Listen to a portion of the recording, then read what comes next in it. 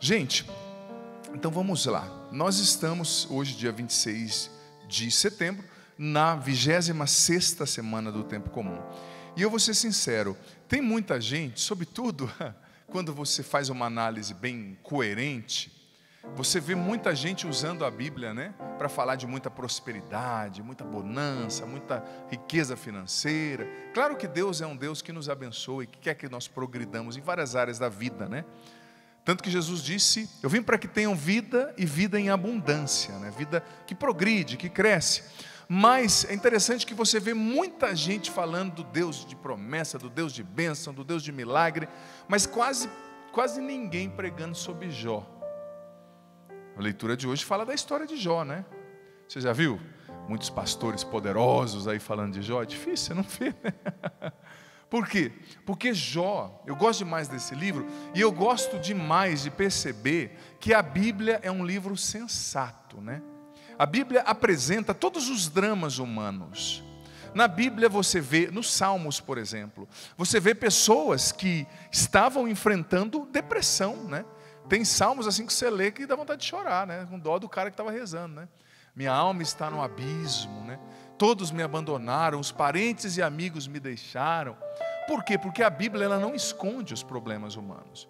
Ela mostra pessoas com depressão, ela mostra pessoas ansiosas, pessoas que perderam pessoas, como Jesus, o próprio Jesus chorando pela morte do seu amigo Lázaro, não é? Os mártires que morreram por causa do Evangelho. E a gente tem que tomar cuidado, filho, filha, você aqui, você em casa, para a gente não pintar no quadro da nossa compreensão, da nossa cognição, um Jesus, um Evangelho muito açucarado, né?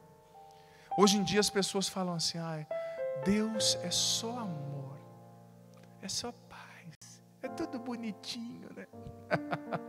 Você percebeu? É só amor. Aí eu pergunto, nesse amor não tem verdade?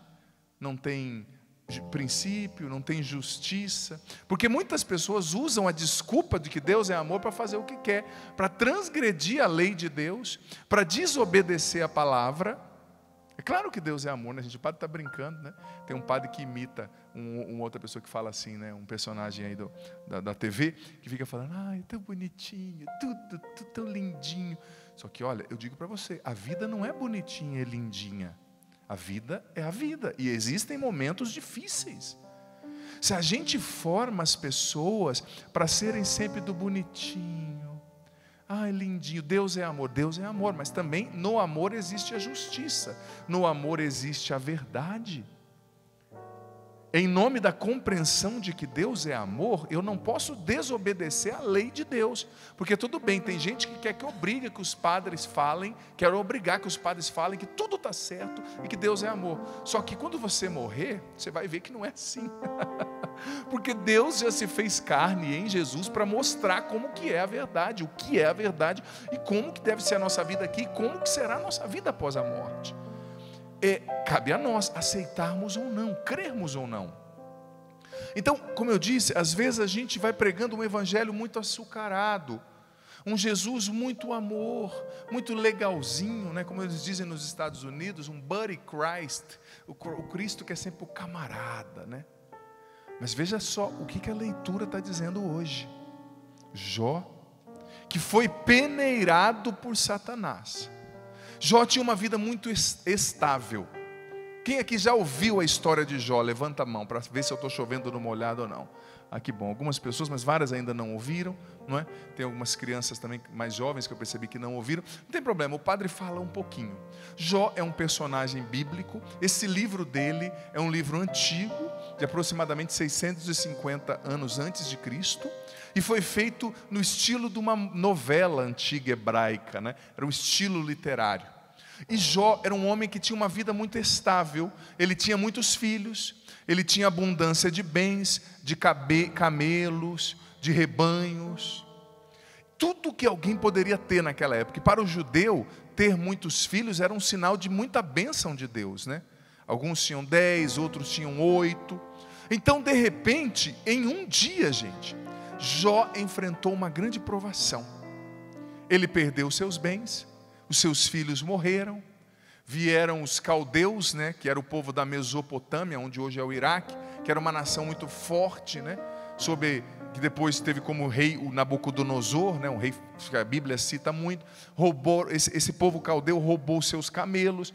Naquela época, camelo era um grande bem, hoje é carro, naquela época eram os camelos, né? E ele ficou sem nada. E o que Satanás, o que o diabo disse para Deus? Olha, esse Jó, ele está sendo muito bem, está vivendo muito bem, está te louvando, porque o Senhor ergueu um muro de proteção do lado dele. Então ele não tem nenhum problema. Então para ele é muito fácil te obedecer assim, não é? E o inimigo foi para tentar Jó.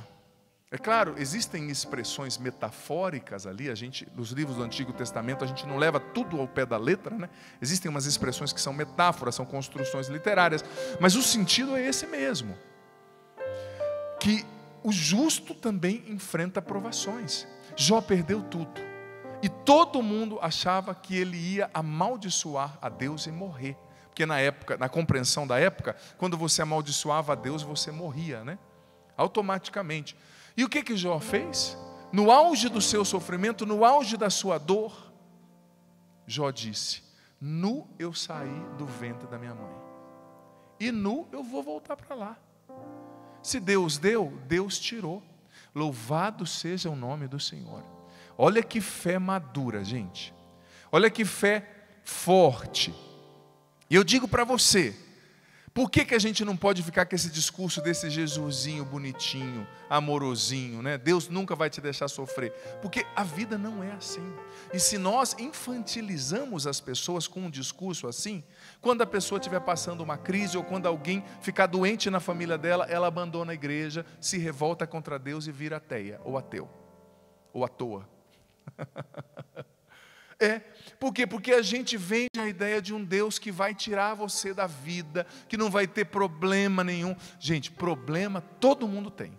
A diferença é que quem está com Deus tem muito mais recurso, muito mais sabedoria, muito mais força para aprender com os problemas e para superar os problemas. E o sofrimento de Jó, ele não tinha uma explicação, um nexo causal, né? Não era uma questão de causa e efeito, porque naquela época existia uma crença que era chamada teologia da retribuição.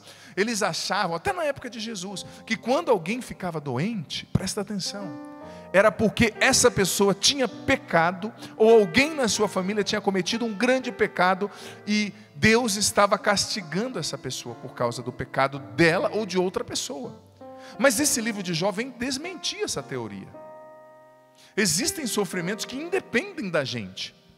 Existem sofrimentos que nos visitam sem a gente pedir, sem a gente buscar. Alguns são consequência das escolhas pobres que a gente faz, escolhas irrefletidas, claro, mas todo mundo enfrenta o sofrimento. Todo mundo enfrenta a provação. E você sabe que Santo Afonso Maria de Ligório dizia, presta atenção, a sabedoria do doutor da igreja, do santo, que nós precisamos das provações para entrar no céu, que nós precisamos das provações para amadurecer, que nós precisamos da provação para nos tornarmos pessoas melhores. O que é uma pessoa mimada? Você conhece alguma pessoa mimada? Aquela pessoa estragada assim? Eu conheço, eu não vou falar o nome, que talvez está assistindo, né? Mas tem pessoa com 35 anos e a mãe trata, 40 anos e a mãe trata igual o bebezinho. Ai, você tomou o leitinho? Ainda bem que a minha mãe não é assim, graças a Deus. Obrigado, mãe, porque eu já não daria conta, não. Sou homem, mãe, deixa crescer, né? Ai, o leitinho do bebê, né? Imaginei eu com o pezinho 46, assim, a minha mãe falando, ô bebê, né? 1,95 m. Não dá, né? Mas a pessoa mimada, o que é a pessoa mimada? É a pessoa que não sofreu. É a pessoa que às vezes o pai e a mãe nunca deixaram sofrer. Não é, deixaram sofrer. Não é que o pai e a mãe têm que querer que o filho sofra. Não. Claro, se você puder defender, mas quando você defende demais, você estraga. Você mima. Quem ama não mima, quem mima estraga. Sabe? Existem momentos nos quais você vai ter que defender o seu filho, mas existem momentos nos quais você vai ter que deixar o seu filho se virar. Eu já contei isso aqui e repito. Eu me recordo quando eu era adolescente, jovenzinho lá no Paraná, ainda antes de pensar em ser padre, de vir para Canção Nova, eu trabalhei numa época numa empresa multinacional, e quando eu comecei uma empresa de elevadores, o trabalho era muito pesado, era bem pesado, sabe? E claro, né, eu era um jovenzinho, já tinha esse tamanho todo, comia igual uma lima nova, como diz lá em Minas, né? E fui trabalhar, e depois de 6 meses trabalhando, sabe quando o trabalho era pesado? Eu cheguei na minha mãe, né, falando assim, ai mãe, tá pesado, né?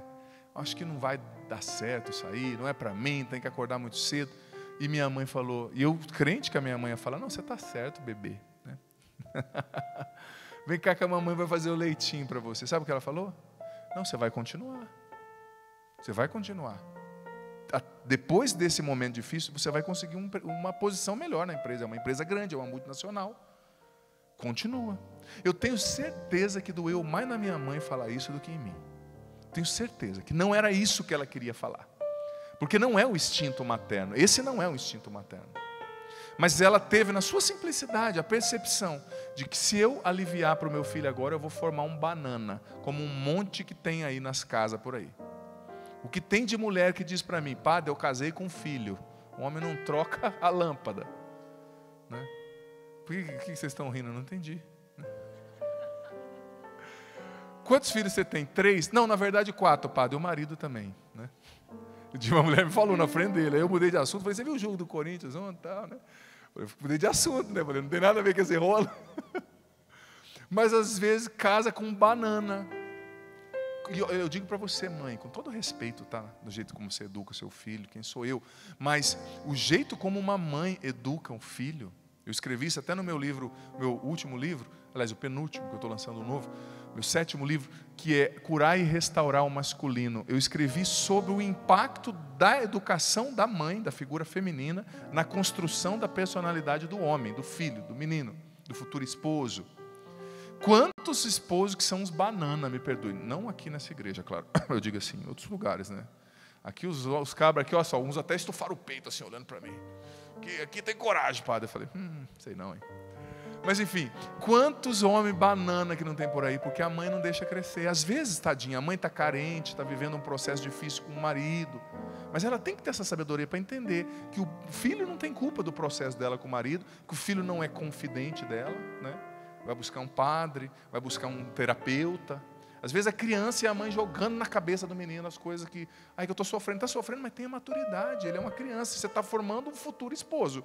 Se você está sofrendo com seu marido, você quer que o seu filho seja alguém que faça uma mulher sofrer como seu marido está fazendo? Você? Então, é preciso ter essa sabedoria de não poupar demais. Porque você vê, Deus deixou de amar Jó? Sim ou não? Sim ou não? Claro que não.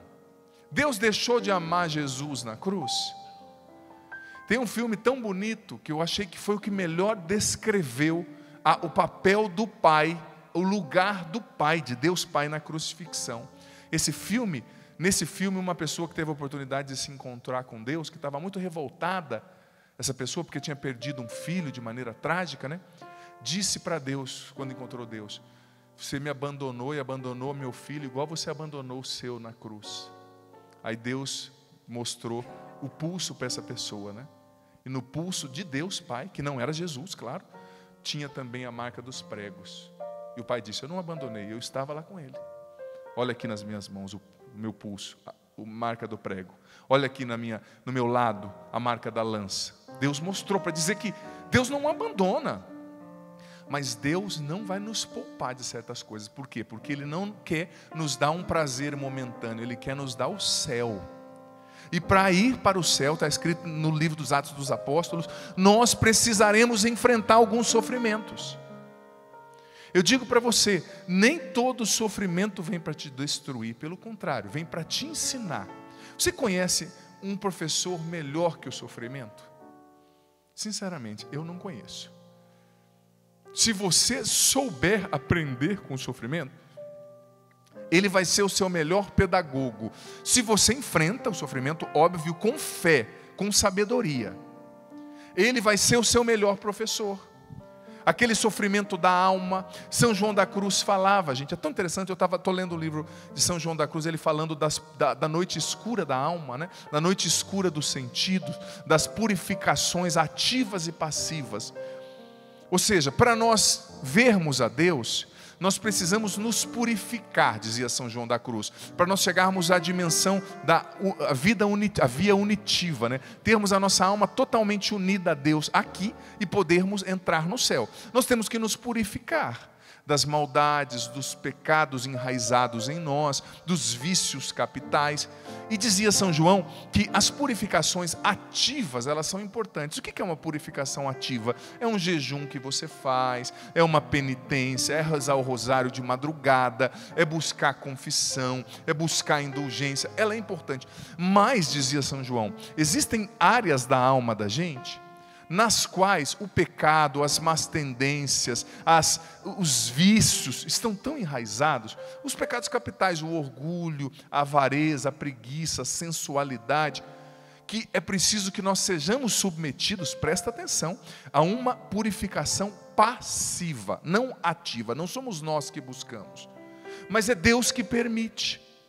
Uma purificação passiva através de um sofrimento, que é a noite escura dos sentidos, que vem purificar os nossos sentidos, ensinava São João da Cruz, ou a noite escura do espírito, que é um sofrimento que purifica a nossa alma, dos vícios enraizados na nossa alma. Todos nós temos os nossos sofrimentos. E São João Paulo II, na maravilhosa encíclica Salvifici Doloris, sobre o sentido cristão do sofrimento humano, ele disse que muitos santos ficaram a dever ao seu sofrimento toda a santidade, a conversão, as obras que eles fizeram. Não despreze o seu sofrimento. Enfrente-o com fé e oferte-o pela salvação da sua família, pela sua salvação. Não ache que o sofrimento é uma punição. Aonde a salvação do mundo começou, gente? Aonde? O que é aquilo ali para o qual o padre está apontando? Como é que chama? Cruz. Então, eu não sei qual é a sua cruz hoje. Talvez é uma depressão que você está enfrentando. E como é difícil, né? Parece que ninguém nos entende quando a gente está enfrentando uma depressão.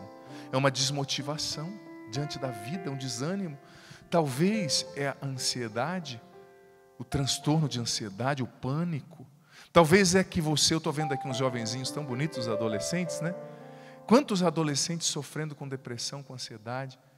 Adolescentes que não gostam da própria aparência, não gostam do próprio cabelo, se sentem desencaixados. Não faz essa cara não, adulto, que você já foi adolescente também, você sabe. A gente se sente muito carente na adolescência, né? Porque a gente não encontrou nosso lugar no mundo ainda, não é verdade?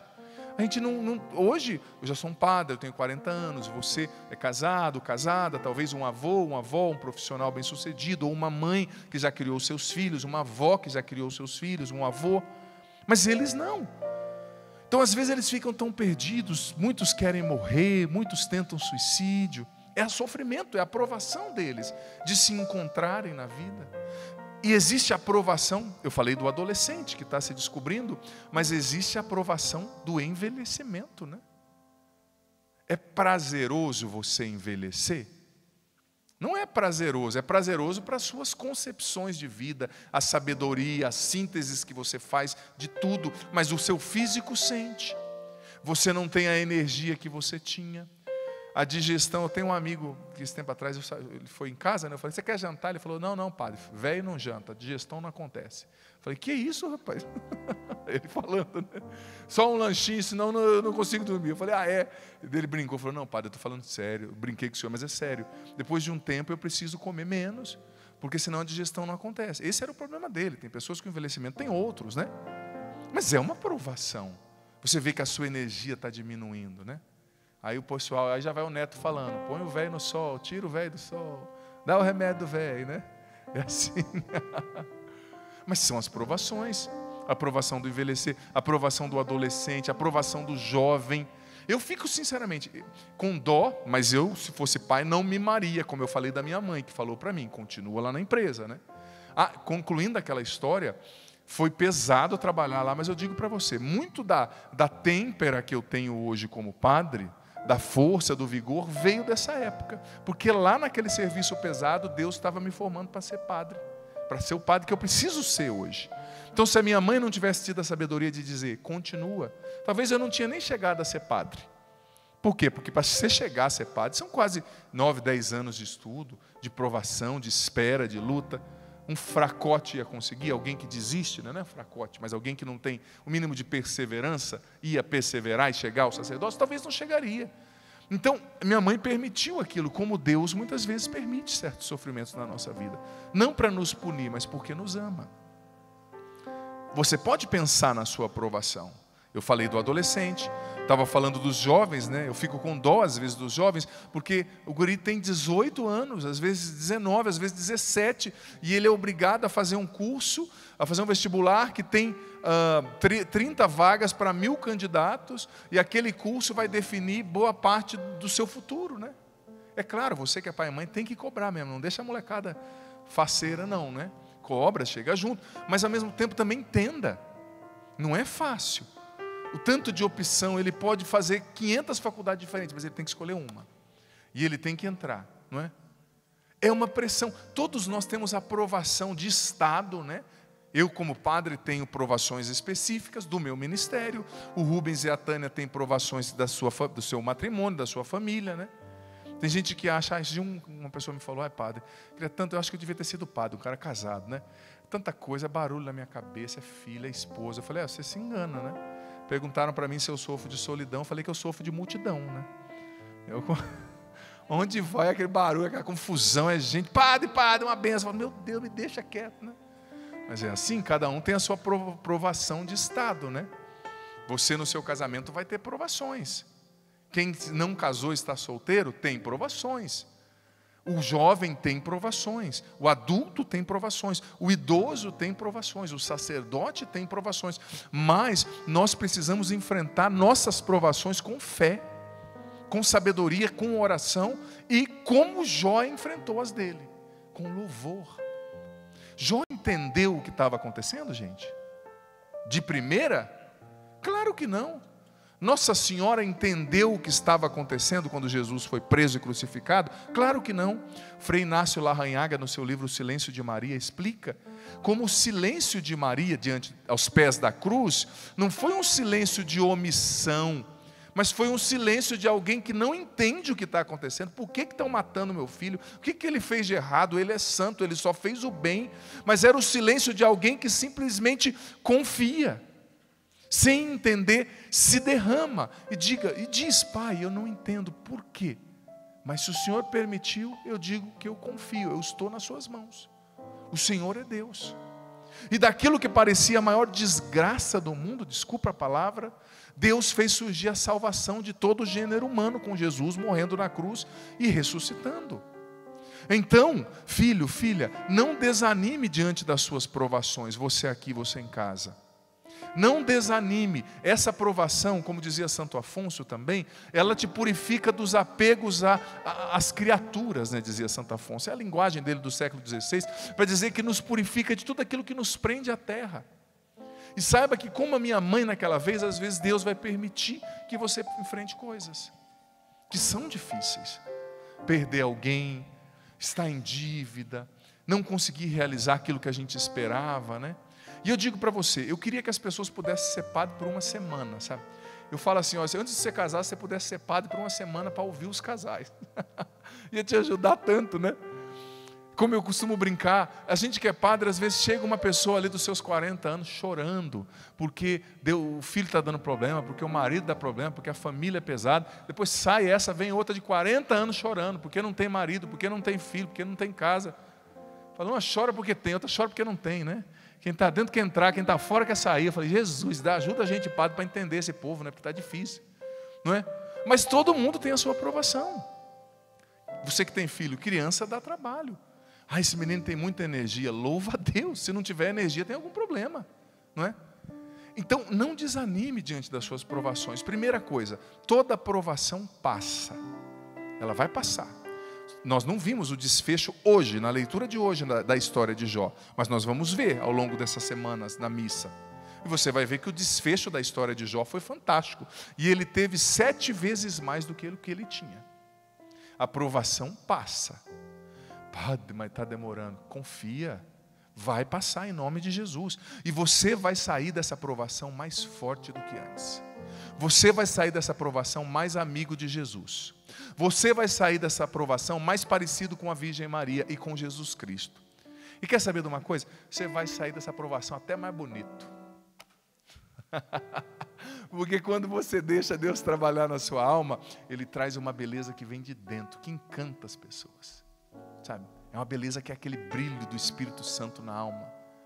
Deixa Deus trabalhar, Ele sabe o que está fazendo. Quando você está na forma, quando Ele está te moldando, você acha que Ele está te quebrando, né? Que nem quando o artista pega uma pedra com a marreta e começa a dar marretada. Acho que a pedra deve olhar para ele. Pedra não olha, né? Eu estou usando uma metáfora. E falar, meu Deus, esse homem vai me matar. Está arrancando lasca. De repente, a hora que o artista mostra, olha aquela imagem da Pietà, réplica da que Michelangelo fez, né? A hora que o artista mostra para a pedra, aquela pedra sem vida, sem nada, a beleza de uma obra de arte dela, a pedra deve pensar, meu Deus, eu não sabia que eu podia ser tanto. Eu não sabia que eu podia ir tão longe, eu não sabia que eu podia ser tão bonita. É isso que Deus faz com você. Está doendo, mas o artista está trabalhando, confia. Deixa Deus fazer, não perde a fé, não tira os olhos de Jesus. Ele sabe o que está fazendo, Ele ama você e sua família. Ele tem o melhor para você. Na sua aprovação é o momento que Deus mais te ama e mais trabalha na sua alma. Amém? Vamos ficar em pé? Aprendendo hoje com o nosso amigo Jó, né? Que enfrentou muitas batalhas, mas superou. Nós vamos superar também. Vamos cantar junto com o Rubens e com a Tânia, que prepararam uma canção linda para nós, e vamos rezar um pouquinho, entregando a Deus o nosso coração. Se você quiser e puder, levante os seus braços um momentinho. Eu peço porque isso ajuda a gente a rezar, sobretudo depois do almoço assim, à tarde, né? Levante o seu braço nesse frio.